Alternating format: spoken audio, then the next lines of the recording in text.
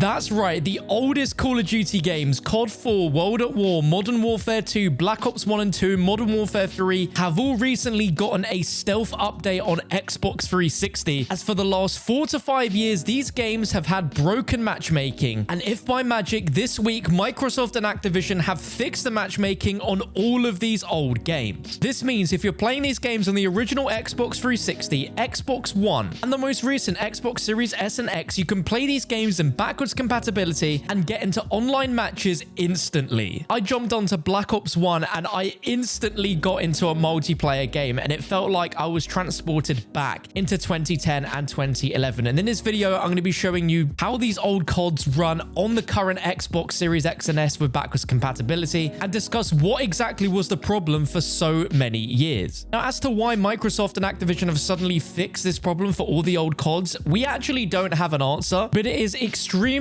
coincidental to see this all happening at the same time as the Activision and Microsoft deal looking to come to a close very soon. And this, in a way, is the very first glimpse of what Microsoft can do for Call of Duty once they own it. If you're happy that all these old games have just been fixed, let me know by dropping a thumbs up below, and let me know in the comments if you even knew these games had a problem before. Now, I posted a video over 3 years ago called Black Ops 1 and 2 have a huge problem, where in that video I explained that on Xbox 360, matchmaking had been broken for all of these old games for many years, and it seemed to all stem around when these games were added to backwards compatibility. Now, I created this video in collaboration with another YouTuber called Moxa, who's very kind to explain exactly why this was such a problem, and compared footage to these games on PS3, and even delve behind the scenes in how Microsoft's matchmaking works as to why it was broken for so long. As you can see on screen, I'm not exactly tech savvy when it comes to networking, but I'll try my best to explain exactly what the problem is here. And it's when he searches for a game, it creates a session within Microsoft's matchmaking systems, and this is called a X session. As you can see on screen, you'll see the word X session quite a few times. But when searching for games, the X session fails to delete old sessions, and it can take a few retries to succeed. Not only that, but another matchmaking system called X Online takes a while to retrieve your game stats, and also takes a while to upload them to the server. Now, Moxa isn't sure if these are linked to one thing, but it seems to be the case. Now, the reasoning for this issue from Moxa and his friends is they believe that the time that it takes for the server to respond back with a session, the titles have processed it as an invalid session, thus calling a protocol called X session delete on an invalid session. This then causes the games to then re-request another session,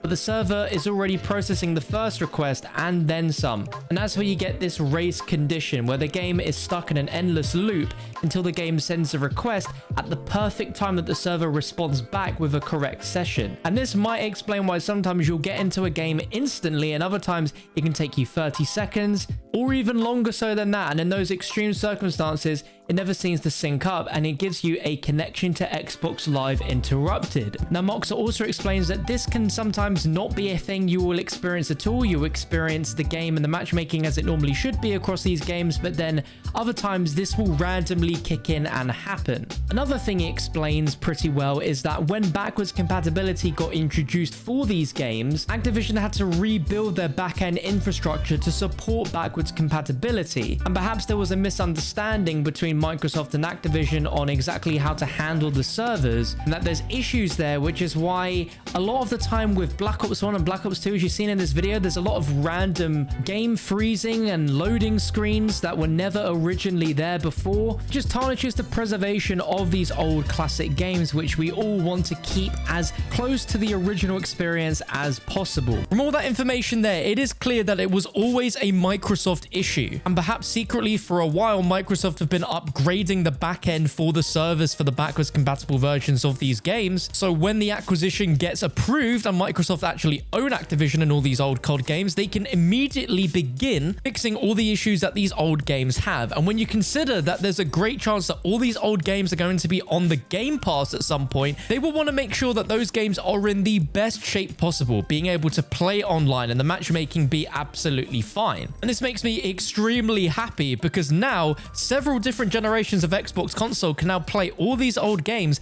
and can actually play them online in multiplayer matches like they were meant to be played. Now, what I'm curious about is what Microsoft could still do with these old games in order to improve them. Most of the games on backwards compatibility do have some additional features like smart HDR, enabling the games to look more vibrant and colorful when the games never had HDR to begin with, and some old games even can support 120 FPS. Now, currently, no COD game has that, but who's to say that they couldn't update these base versions of the games to make them even better on Xbox than they were before? Now, when you hear that Xbox have fixed the matchmaking for all these old games, there's also a caveat, as you would expect that also includes fixing the issue of there being hackers on these old games. And the unfortunate answer is I don't think hackers will ever be gotten rid of on these old games. The games are just far too old at this point that there's just no point for them to go back and fix anything. And even if they did, hackers will be able to get around it within days. These are very old platforms that these games were on, so it is very easy for hackers to take advantage of such old hardware, and especially considering that these games are not being updated with title updates or anything anymore. For certain COD titles like Black Ops 2, if they were to disable the theater mode as an example, that would probably get rid of most of the infection hacks that exist on that game, but I doubt that's going to happen anytime soon. But at the very least, this way you get to experience the game in its original version as you experienced it yourself back in the day on console. And I believe there are less risks playing it on console than there is to playing it on PC, which is a shame because PC allows you to have like a far better graphical experience than what these consoles can do. And there's just so many things you can do with mods. But unfortunately, due to the security of so many of the old COD games, unless something drastic happens with Activision and Steam where they fix some of the remote code execution exploits that are in all these old COD games on PC, then you're much better off playing them on console. Now, Microsoft have clearly fixed the matchmaking, but it's still not perfect, at least from what I've experienced. Sometimes I'll be waiting a while before I get thrown into a lobby, and then sometimes the game just has this weird freeze where the whole thing freezes up for about 30 seconds or so before it puts you back into the menus. But I'm sure these are all things that Activision and Microsoft will iron out as soon as that deal gets approved. But to celebrate, I was like, hang on a minute, how likely is it for me to get into a lobby on Black Ops 1 Zombies? I tried on World at War, I couldn't find anyone,